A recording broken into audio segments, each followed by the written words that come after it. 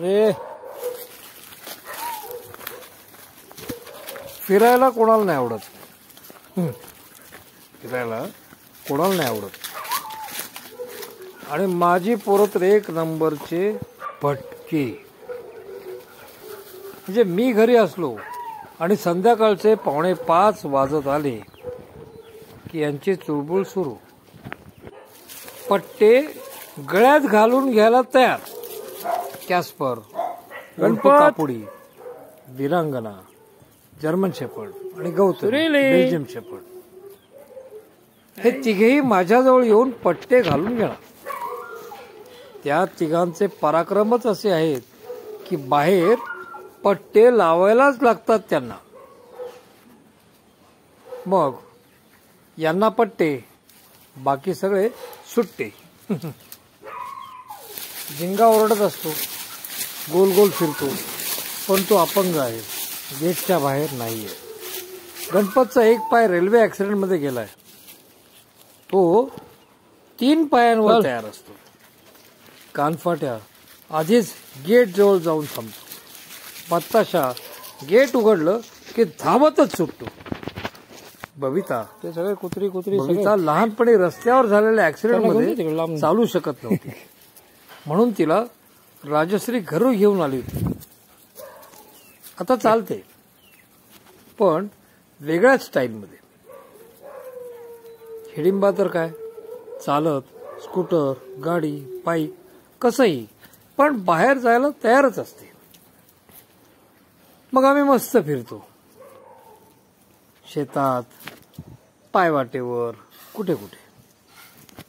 पूर्वी हे तिघे मला वेगवेगळ्या दिशेला ओढायचे. किंवा वीरांगना तर माझ्या भोवतीच गोल फिरून मलाच पट्ट्यात अडकवायची. पण आता त्यांचे ते आपोआपच ट्रेंड झाले आहेत. बबिता कुठेही भरकटत जायची, तशीच सुरीली, बत्ताशा हरणासारखे टणाटणा उड्या मारत लांब लांब पळायचे. पण आता त्यांचे ते बरोबर शिकले. आता काही जण येताना गेटमधून आत येण्याऐवजी थेट पुढे धावत जातात, पण येतात लगेचच. आणि त्यांच्यामुळे माझेही फिरणे होते, त्यांच्यामुळे माझेही फिरणे होते, पाय मोकळे होतात.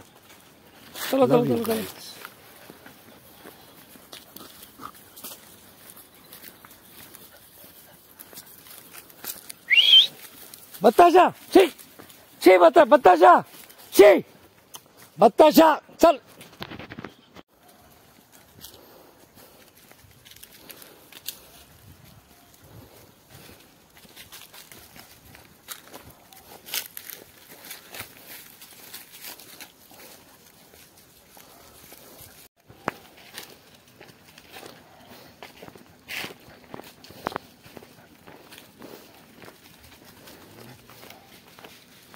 सुरेली, कुठे पळते तू?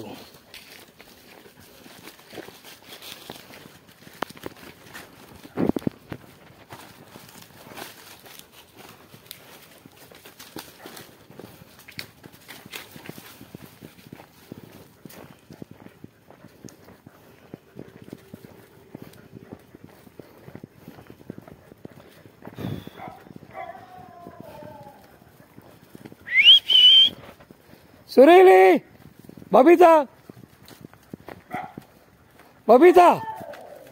चल सुरेली, चला घर,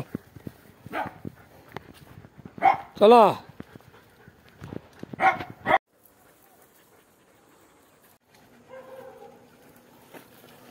चलो कर. कान पाड्या, कॅस्पर बाजूला, कॅस्पर.